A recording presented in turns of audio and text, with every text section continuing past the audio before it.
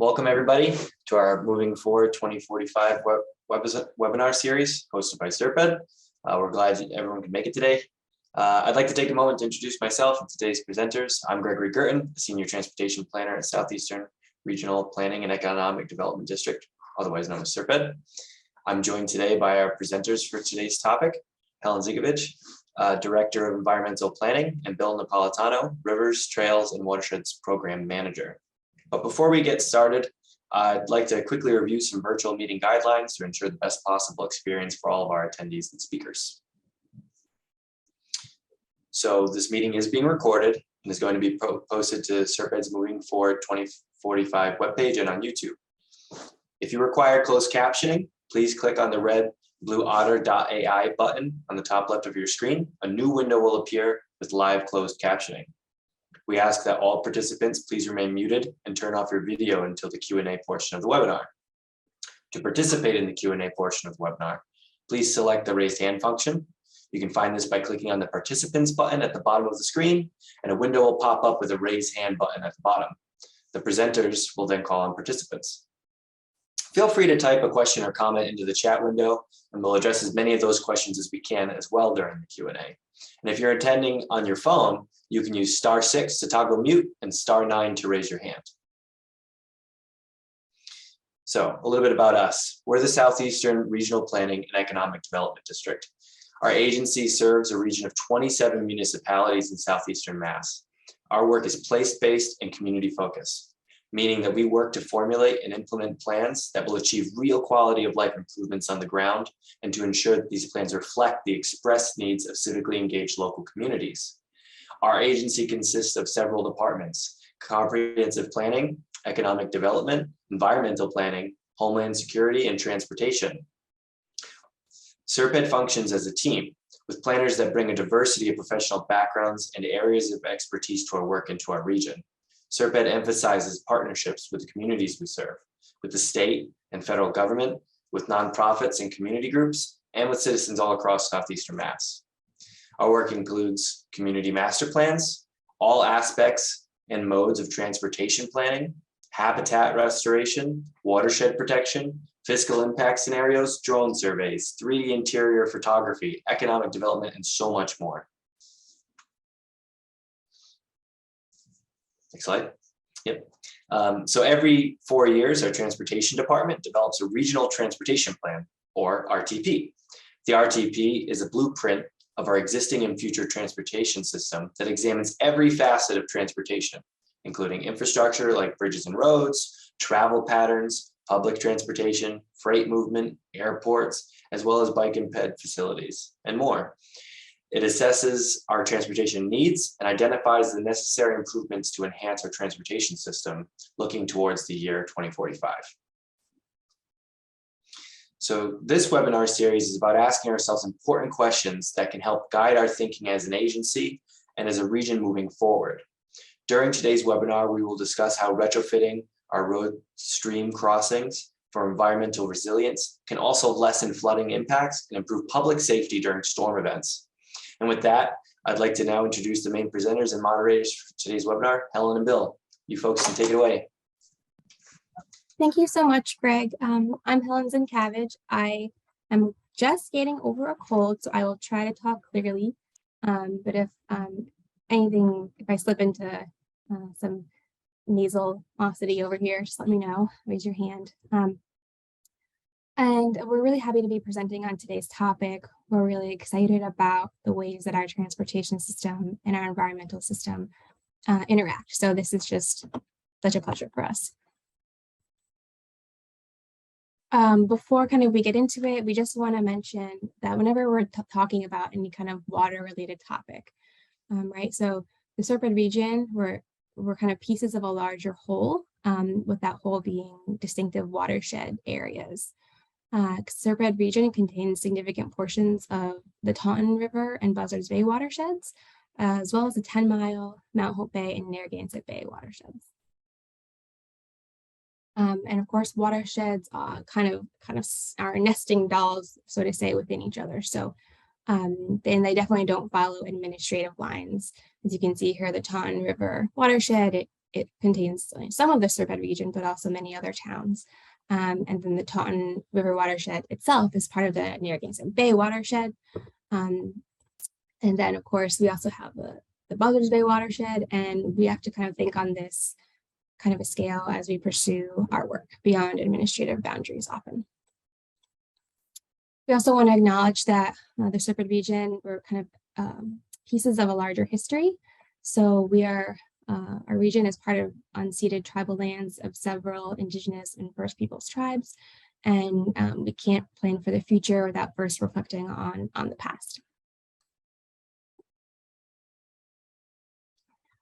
All right, so we're going to go over a couple of topics today. This is the rundown. I'm going to get into how rivers work. And so before we kind of talk about our transportation infrastructure, we want to talk about the lay of the land that we often try to map that infrastructure on top of, and what we have to work with, and how those systems have to work together.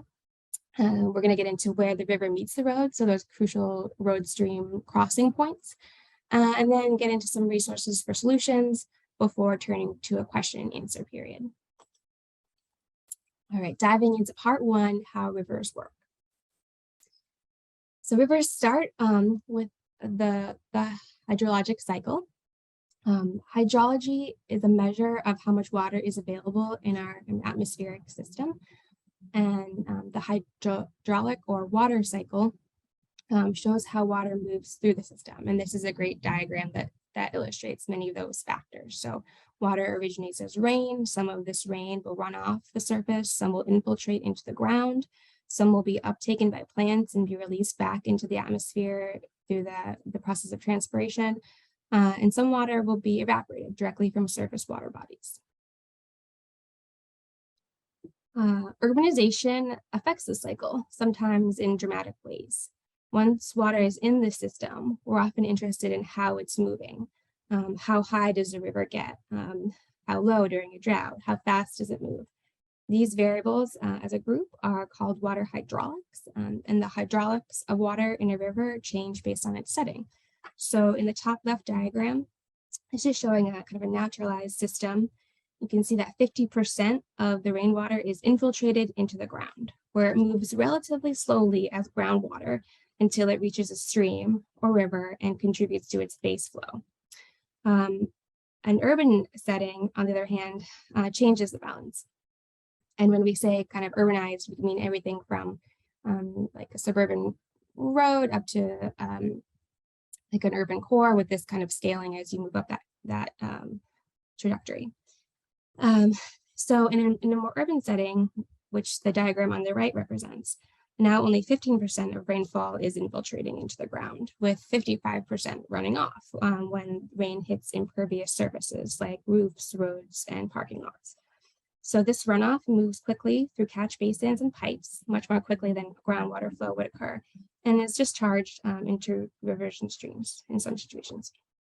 And this hydrograph on the very right here is another kind of illustration of the situation where you have time on the horizontal axis and flow on the vertical axis. And so the blue stream is a creek that's kind of in a more naturalized setting. You can see that this rain event happens and the flow increases, but it kind of levels off and maintains at a higher base flow when you get to the far right of that diagram. On the other hand, you have a more urbanized stream where there's a lower base flow to begin with. And then in a stream situation, you have a quick peak in the river flow, followed by a sharp drop off, and then a condition that's below base flow. All right, so rivers move not only water, but also sediment. The amount of sediment that a river can move depends on how fast it's flowing. Fast water moves more and heavier sediment than slow water. And slow water lets sediment drop out and deposit or remain in place on river bottoms and banks. These aspects of stream flow and sediment load are constantly seeking a point of balance or equilibrium. The arrow and this kind of balance was really masterfully put into a diagram in the 1950s by Lane. So you can see the arrow in the middle moves left or right depending on how this balance shifts. If sediment load is the heavy overwhelming factor, you'll have deposition or a deposit of sediment. If you have flow as the overwhelming factor, you'll have erosion. And then there's another layer of variables that's kind of across the top of the top bar there of resistance, sediment resistance, and then flow power. So let's illustrate that a little bit further. In the first situation, we've upped stream flow power, and we're putting more water into the system. Maybe this occurred through paving and in an urbanized situation or something similar, for example, causing the balance to tilt so that we're in an erosive situation in the river. And that's kind of what the picture is demonstrating. On the flip side, if more sediment is getting into the system with no change in flow power, now the sediment will drop out and fill into the channel. And that's what we can see is occurring here in this picture. Every river, if left to its own process, will get to a state of dynamic equilibrium. It will respond to the hydrology and hydraulics until it's in balance, and it'll erode and erode and erode, or deposit and deposit and deposit until it has that balance between sediment and flow restored. This diagram is showing a cross-section through a river. In the middle, the blue is showing the river channel. The dark blue at the bottom is kind of a low flow condition, maybe in August or September, when we haven't had a lot of rain and the base flow is diminished. The lighter blue is a full river channel, and those kind of conditions it's referred to as a bank full condition. Those bank full channel conditions happen on a 1 or 2 year frequency. So a storm that comes through once a year is the primary river forming flow event that creates what the channel looks like, where its banks are, and so forth. Larger storms causing greater flows are conditions where the river overtops its banks into the active floodplain. And so here's a couple of pictures that illustrate. On the left is a kind of a properly functioning stream flowing at bank full depth. You can see the water is right up at the top of the banks. If it goes any higher, it'll spill over into the floodplain, which it's connected to, and the river velocity will drop dramatically. Sediment that's carried will be able to be deposited into the neighboring wetlands. On the right, we see a stream that is eroding downward. You can see it's kind of cut off and isolated from its floodplain. So even when a big storm comes, the river's gonna be stuck in that channel, causing further erosion. Rivers also want to meander. The movement and shape of this action depends on everything that we've been talking about, from flow and sediment movement, and also slope. So water that meanders, as opposed to water that's on a straight pathway, has a gentler slope because it's going the same vertical distance from higher to lower ground, but over a longer distance rather than a straight channel. And so this sinuosity causes rivers that meander. They have a little bit less power and less ability to create that erosive condition. So before we understood this balance, this is from the 1930s, we thought we were making the situation better, oftentimes by straightening and channelizing rivers. We now know that this is often a losing battle, although we're still left with a lot of this old infrastructure that was built in a previous time. When you try to put infrastructure in the floodplain and put more water into the river than the channel can handle, the river will eventually, it'll fight back and it'll try to get itself back into that equilibrium state. And that's where we often have conflicts that arise between rivers and our infrastructure. Okay, so to get into some of those points of conflict, we'll start to talk about where the river meets the road. So we're talking today about stream crossings and zoning in on 2 types of crossings, which are the majority, I would say, of crossings. There's bridges. So bridges are a deck supported by abutments or stream banks. It may have more than one cell or section or be separated, but it's kind of that deck with abutments. Culverts, on the other hand, they consist of a structure that allows water to pass through, buried under some amount of fill. Culverts can be made of stone, brick, masonry, metal, or even heavy-duty plastics. So stream crossing infrastructure. I think a lot of us think of this as happening on roadways, and of course it does, maybe most frequently, but we also have to consider situations where these crossings can occur as part of transit, like railroads, and also trails. So stream crossings in the SRPEDD region, we have, you can see that really stream crossings abound. They're on all kinds of rivers and streams from large rivers, large tributaries like the Nemasket River, for example, the way down to much kind of smaller streams that may not be as large in magnitude, but which you still need to cross in order to have a viable roadway. So stream crossings in the region, we have 621 bridges, 352 state-owned culverts, and then 2,000, an estimated, this is a model estimate, but an estimated 2,964 additional culverts. So we have a lot of infrastructure. Some other key concepts to have in mind as we continue this discussion is to think about stream continuity. So stream continuity is the uninterrupted connection of a river network, where the natural physical characteristics of the stream have not been significantly altered, and few or no barriers exist that would hinder or block movement up and down throughout the system. So a stream, oftentimes, while not interrupting them fully, a culvert or a crossing will present a barrier or an altered condition. So specifically kind of that second underline where the physical characteristics of the stream are altered just due to the fact that, you know, we have roads and we need to be able to use them for the movement of people and goods and everything that makes our society flow and function, but it does have the effect of altering these stream systems. And we can handle that in a couple of different ways. Some ways are more effective than others.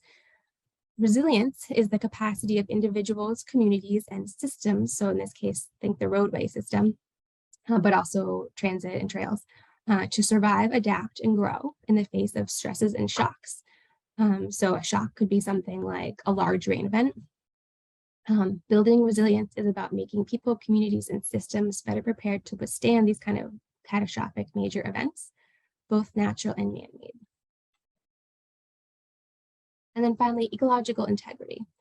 The long-term ability of, which is defined as the long-term capability of an ecological community to sustain its composition, structure, and function, and its resilience to stress.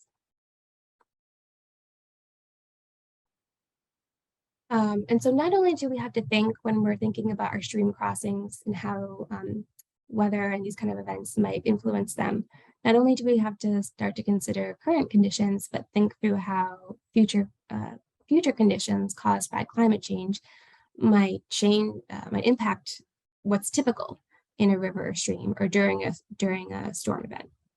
So these are kind of the two major watersheds in the SRPEDD region, and can see that for both of them, while the figures are slightly different, we're expected to have about 2 days of additional annual precipitation, so more water, and then also about 2 days of extreme weather. So these intense storm events that have that ability to cause a lot of water, especially in our more urbanized settings, to flow and increase the flow in a river, potentially conflicting with those stream crossings in our roadway network. And this is, it's a little bit blurry because it's a little blown up, but it's a nice diagram too. It kind of shows the effects of increased storms. So as climate is changing, we're seeing these kind of intense storm frequencies really clustered here in the Northeast. So we are expected to have much more intense storms as the decades go on. And something that's tied to this, when we design different elements of infrastructure, we often design to specific standards. So we say, okay, how much water would we expect to occur during the 100-year storm event? A storm event that has a smaller chance of occurring that we want to be prepared for.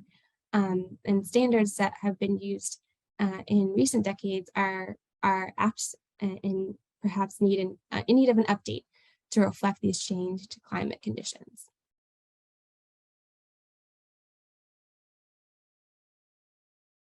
All right, so some of the ways that rivers affect transportation crossings are by flooding and road washout. And this can lead to damage, loss of business and emergency services, and travel disruption. So all things that, can cause great problem and concern, especially during a hectic natural disaster event. But on the other hand, transportation crossings do also have the potential to negatively affect rivers. They can pinch the channel, disconnect the channel, and this can lead to habitat disconnection, water quality and runoff issues, river incision, increased velocity, scour, and then upstream disconnections. Okay. Culverts, the good and the bad. So knowing that there is this potential for conflicts that threaten kind of both natural and human resilience to storm events.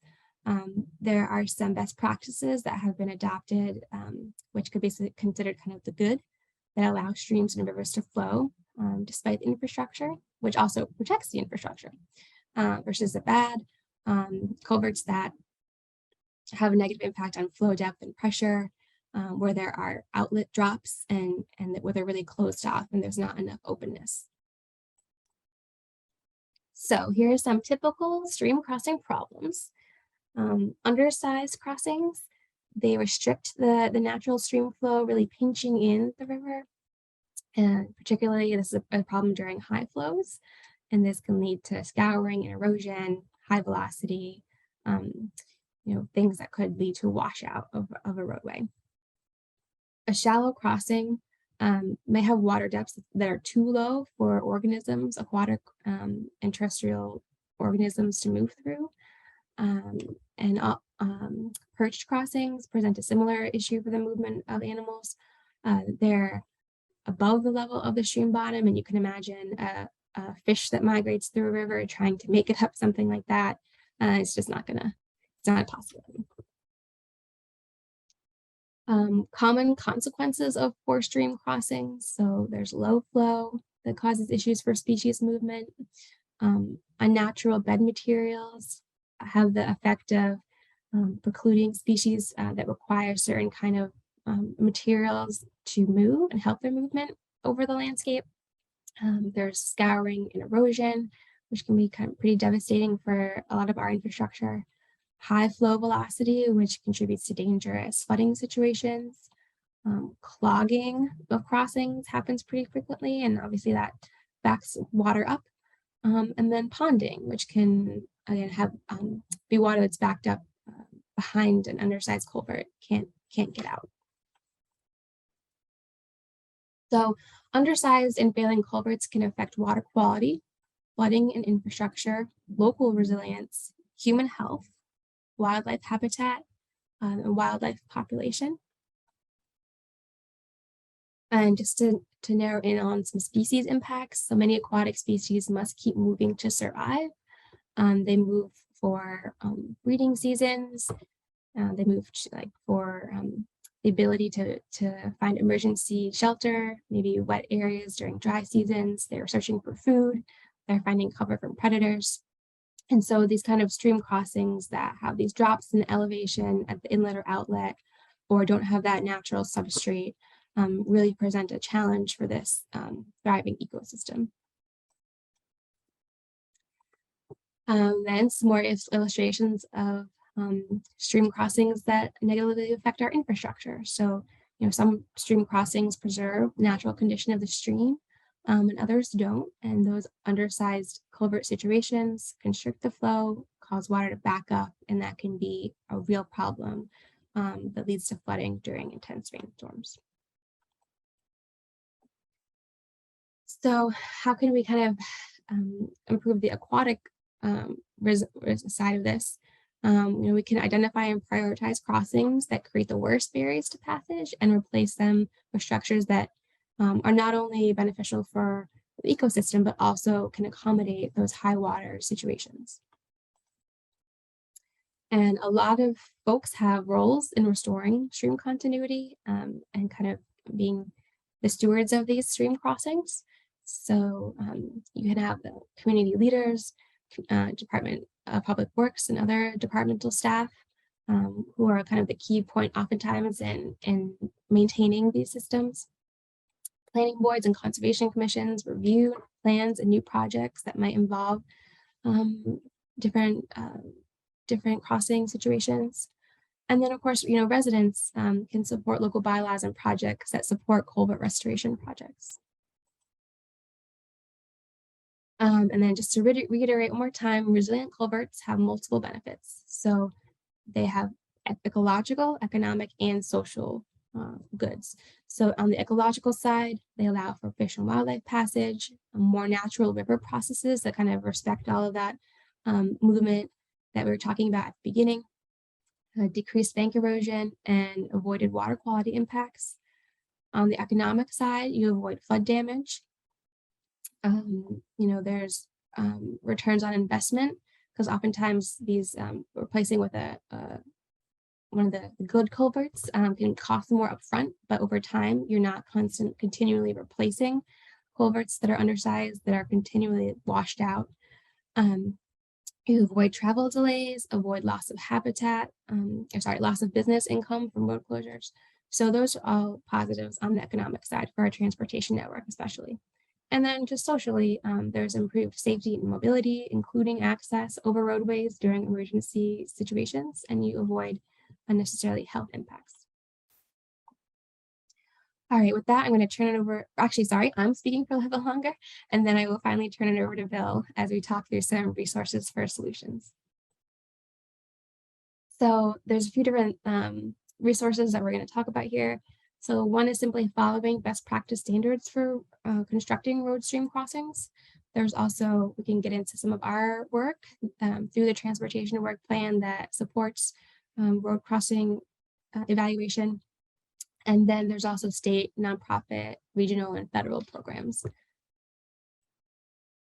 So there are stream crossing standards in Massachusetts. They're handily described in the Massachusetts Stream Crossing Handbook. So a well-designed crossing has a large size suitable for handling those high flow periods. There's an openness to it with a ratio greater than 0.5, suitable for most settings.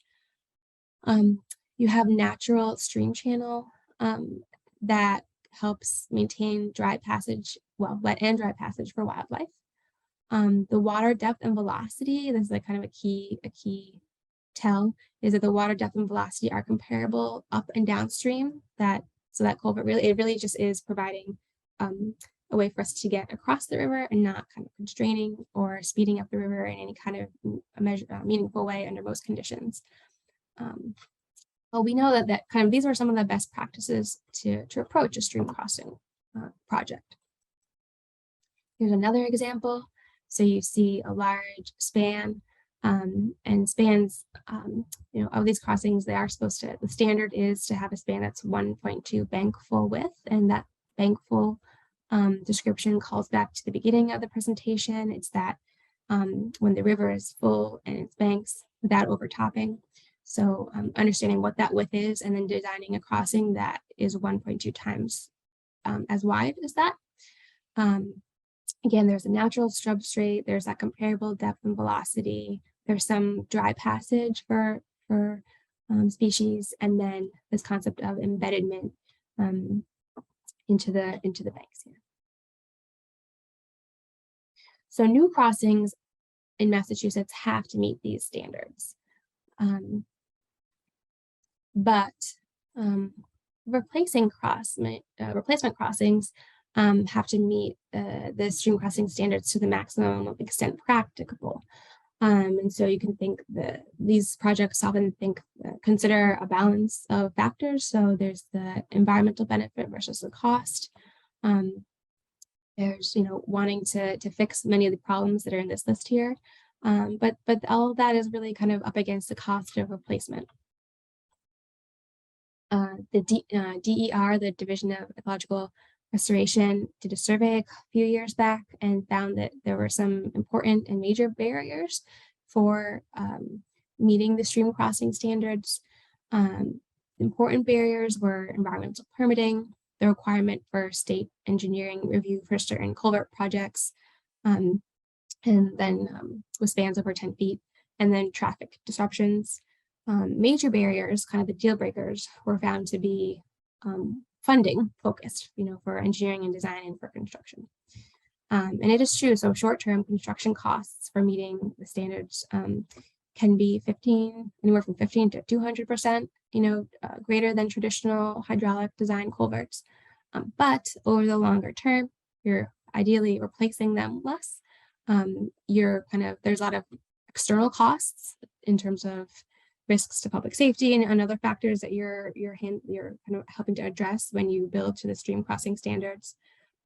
And then, so really these things can make these replacements cost effective in 20 to 50 years. Here's some examples of culverts that were replaced and how they fared during Irene. So obviously a major storm event for the region. This one's from Green Mountain National Forest. You can see that the construction was done in 2010, and this arrow I think is pointing to the same area.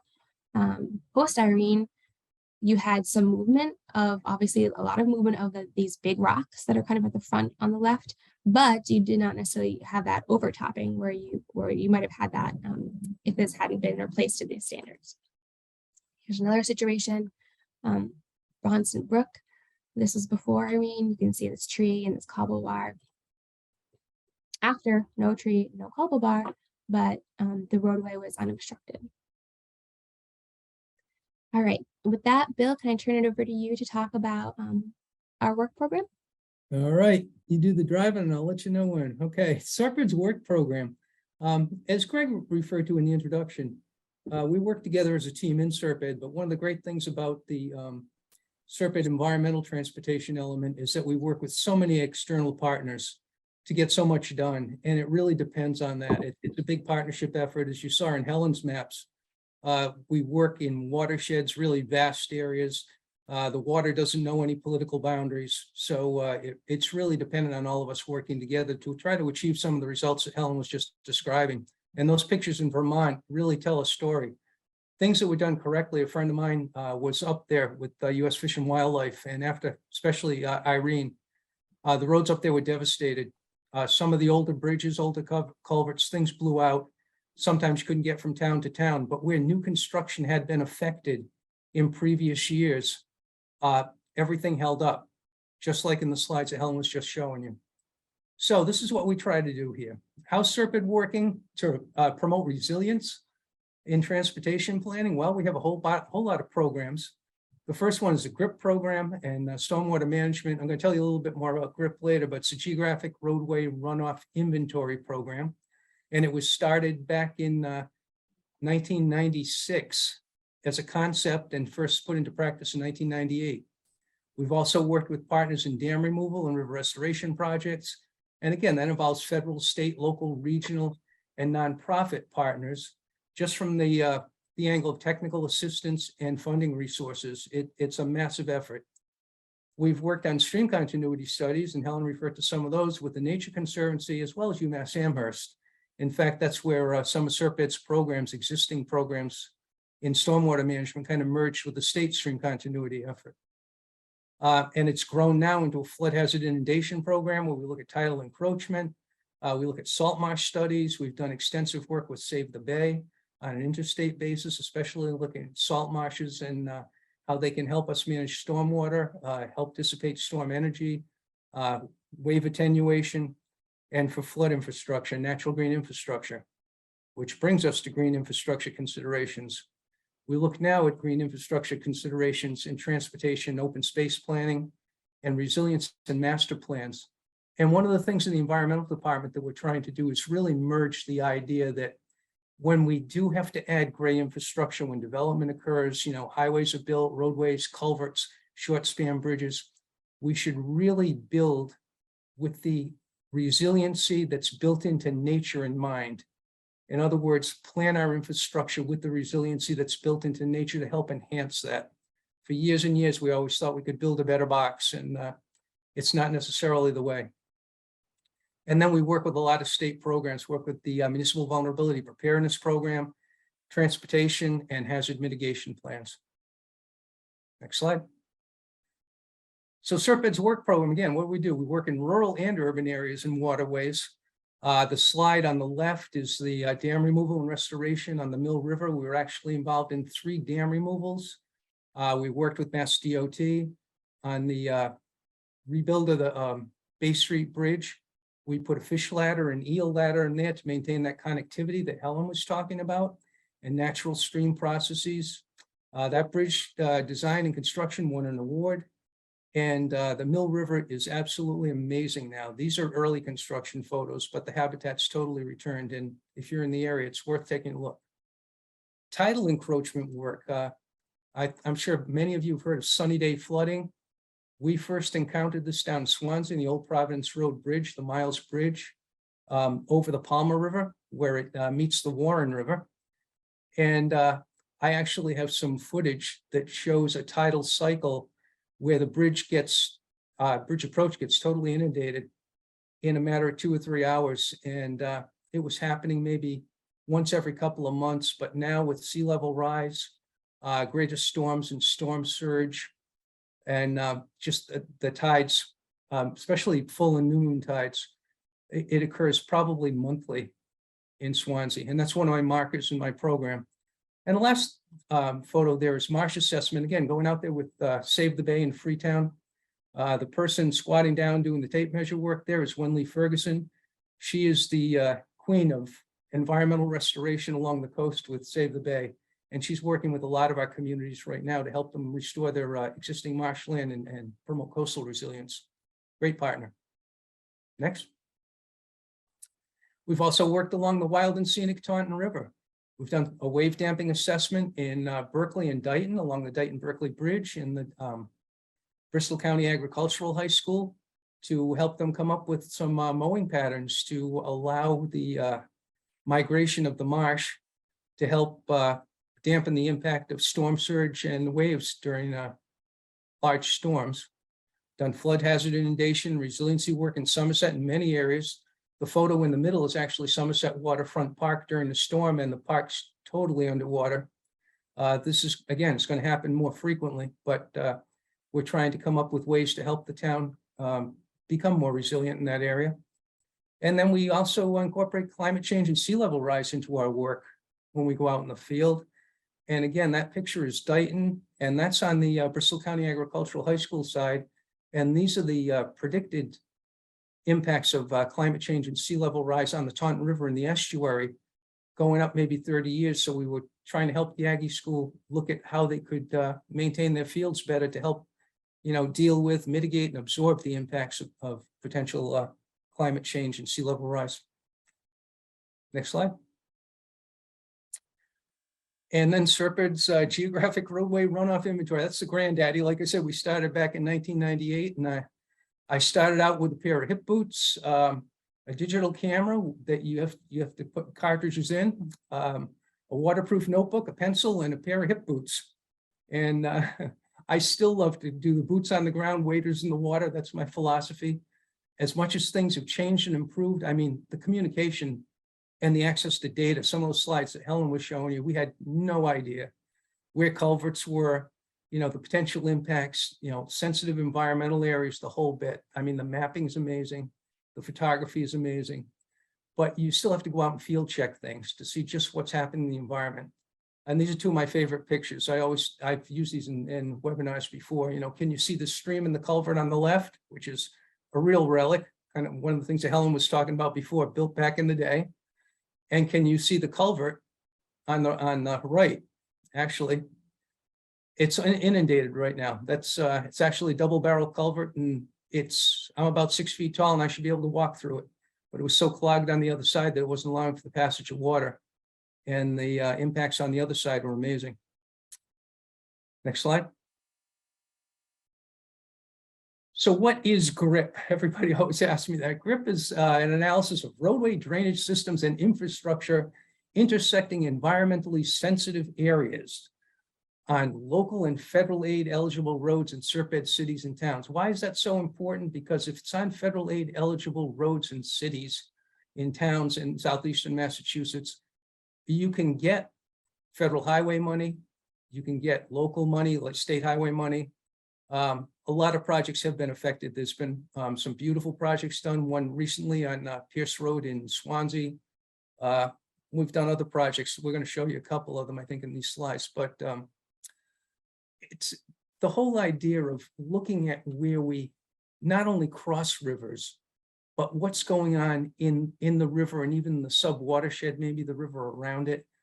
What's there for habitat? What's there for resilience blocks, important forest land, wetland, floodplain, salt marsh. What goes on there as far as habitat pathways, species pathways. You really have to look at even soils. We've gone down as far as soils. Is it a friable soil? Is it a highly erodible soil? And that's important too, because if you remember the slides that Helen was showing you about the impacts of streams on stream bank, you really have to know what you're working with. Next slide.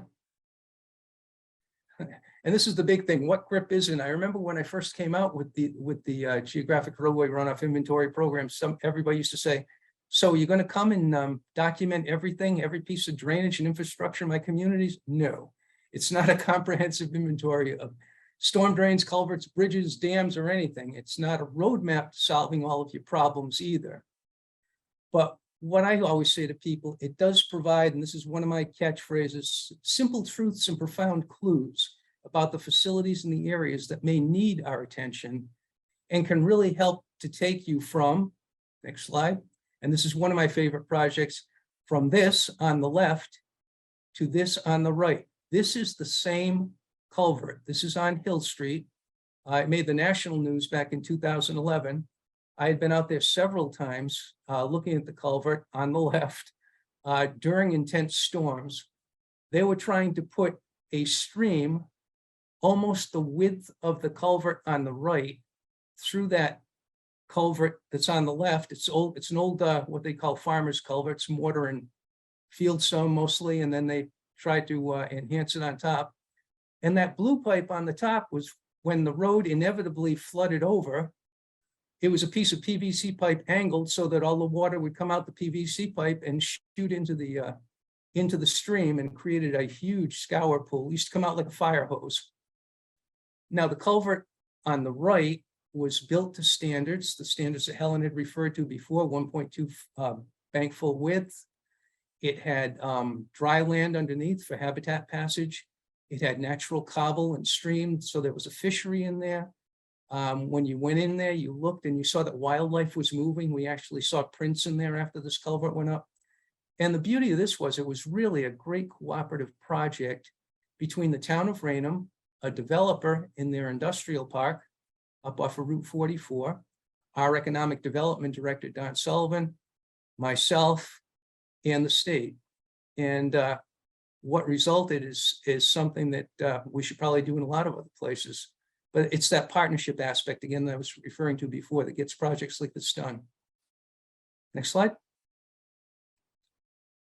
And again, this is just some of the partners we use, and you can look at it and read it. And since 1996, when I first started, I've encountered over and worked with, in some way, shape, or form, over 36 partners in this program. So it's been incredibly successful. And it's brought a lot of people into SRPEDD, and it's brought SRPEDD to a lot of agencies. So that's what it's all about. Next slide. So we do have funding programs and resources that we can recommend when we try to pursue these projects. Helen referred to the Division of Ecological Restoration. They have a culvert replacement municipal assistance grants program, which is great. The state's municipal vulnerability preparedness program is amazing, and our regional coordinator is very, very good. She's good to work with. Mass DOT has rivers and roads training, and the resources, you can't, underestimate the value of the resources. Going in, getting training, and becoming familiar with these types of approaches, tactics, and just the information. Again, the information now is amazing compared to when I started. The state of Maine has a Stream Smart program that's being adopted here in Massachusetts by U.S. Fish and Wildlife, Kathy Bozick, who used to work with the Nature Conservancy, and NOAA. She's running it for U.S. Fish and Wildlife. She's there now. And it's a training program and a train the trainer program. They have a train the trainer program coming up pretty soon. And again, a great opportunity for people. The North Atlantic Aquatic Connectivity Collaborative, which works with our stream continuity people in state. And then there's FEMA grants, Federal Emergency Management Act grants. Next.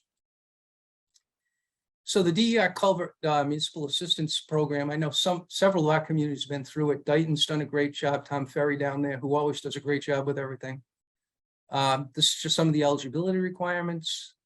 And they're looking to replace undersized, perched, and or degraded culverts in areas, again, of high ecological value, which is basically what, SRPEDD's been trying to point out for years when we do our field work. And, meets the goals of Massachusetts stream crossing standards that Helen was referring to before. And we've had, obviously, the projects owned and maintained by the municipality. Non-tidal river stream channel, this isn't meant for coastal work.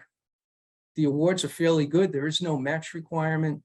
And a lot of times you can start out by doing your assessment, engineering, design, and permitting, and the next year even come in for construction grants. Next.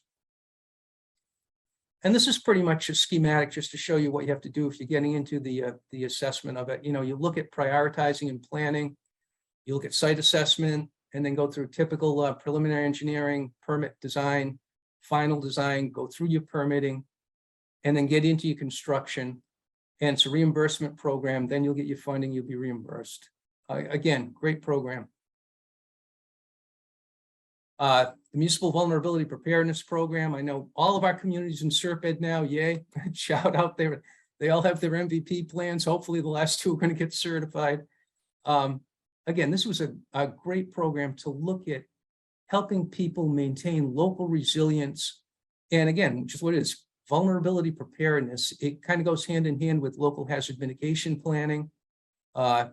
Obviously, roadways, bridges, culverts, big part of what you're doing locally to maintain passage, especially in emergency situations. The funding is a little more bulky there. There is a match requirement.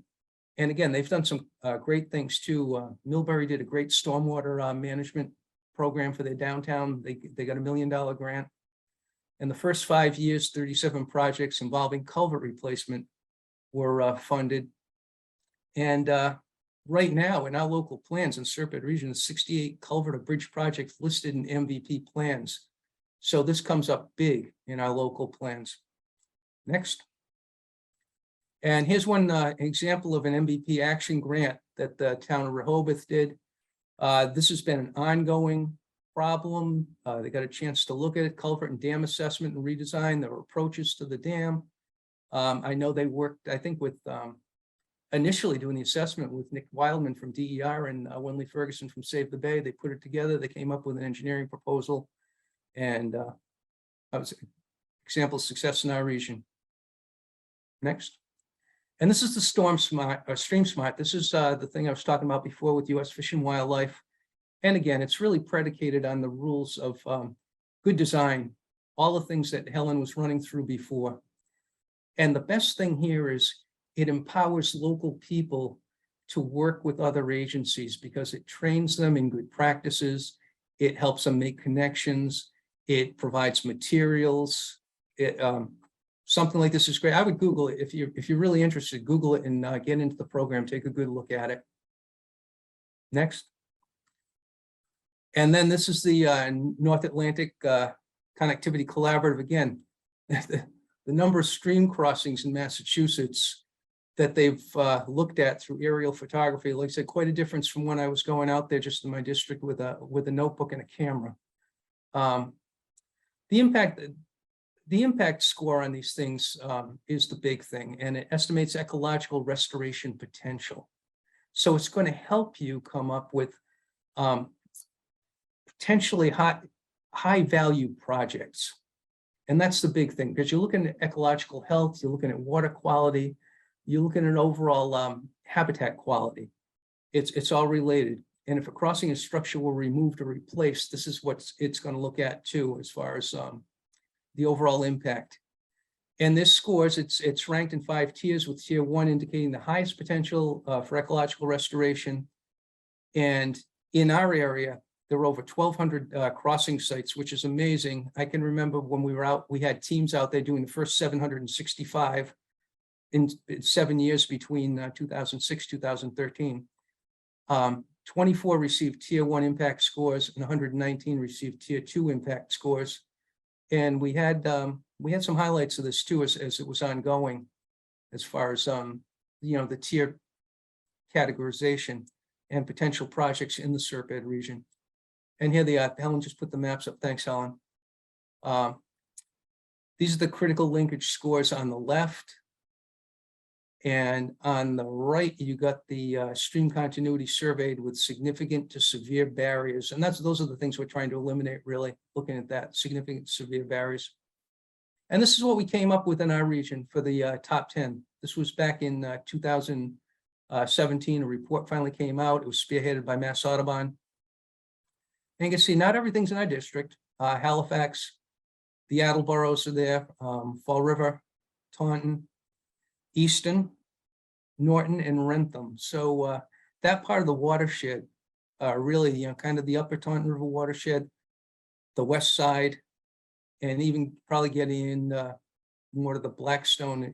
You'd end up getting into the Blackstone over there. They have quite a few. But these were the top 10, and we've tried to work on projects. I know the municipalities have been trying to work on some of these projects as well. FEMA, well, there's a whole bunch of programs under FEMA, but the big one is Building Resilient Infrastructure in Communities, of the BRIC program.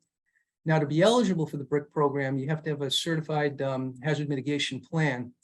But the best thing about BRIC and infrastructure is, for many years, FEMA would not do things like culverts, dams, things like that. But it's all really kind of melded into what municipal vulnerability is all about on the state level. In fact, a lot of towns do combine municipal vulnerability and hazard mitigation plans now to keep things up to date and have access to numerous federal and state resources.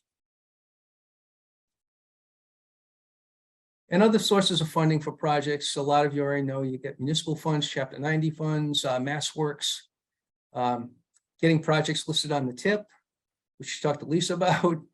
Section 319 grant program funding from DEP. Also 604B funding would go in there too, which is preliminary planning. Section 319 is the bricks and mortar program. Stormwater utility programs, obviously public-private partnership, kind of like the thing we talked about in Raynham with that culvert. And then Coastal Zone has some great programs too, the pollution remediation grants, CPR. We've used those down in Seekonk before. Is there any final discussion, questions, anything like that? Helen and I are here. Anything we don't know, we'll just have Lisa answer. Mm-hmm. Yeah, thanks everyone for that, listening into that. It was a lot of information, but yeah, we're happy to answer any questions or talk about anything that came up for you while you were listening.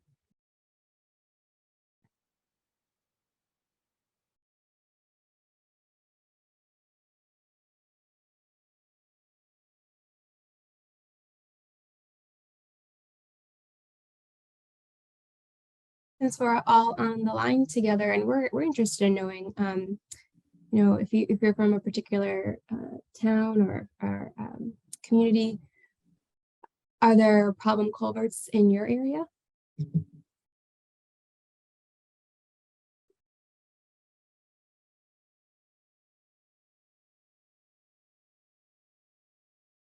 Actually, that'd be great. Like I said, back in the day, I used to have to go hunting for projects, and now there is so much information out there. There are so many ways to communicate things. I mean, you can go out and take a picture on your phone now, which is amazing. If you go by a roadside, or if there are things that are repetitive problems in your communities that you'd like to make us aware of, that's fine too. It goes back to, some of the things Greg was describing in the beginning, the technology that we have now too. Just the modeling capabilities, the drone capabilities. And like I said, we're still very much boots on the ground too.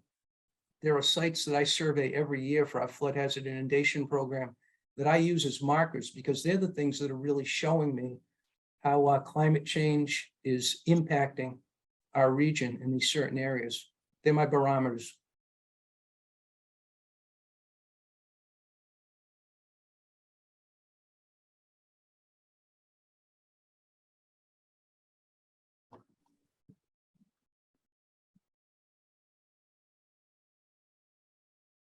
So I know that was a lot of information. Thank you to Helen and Bill for sharing their expertise and really bringing an environmental perspective to transportation, and particularly for the regional transportation plan as we work on developing it. As we move forward, if any participants come up with ideas or areas that they would like to either work with us or work with Helen and Bill on, please feel free to reach out. My email is there on the screen, but I can definitely connect you to Helen and Bill, or you can visit the SRPEDD website for that kind of information. I encourage you to visit the Regional Transportation Plan website, Moving Forward 2050. And if you have any questions, please feel free to reach out through there. But otherwise, thank you everyone for joining us. Yeah, thank you so much. And if you do have specific stream crossing projects that you wanted to discuss, we're happy to do that, kind of to maybe think through which funding source that we talked about might be the best target for that particular project. We're happy to have those conversations for sure.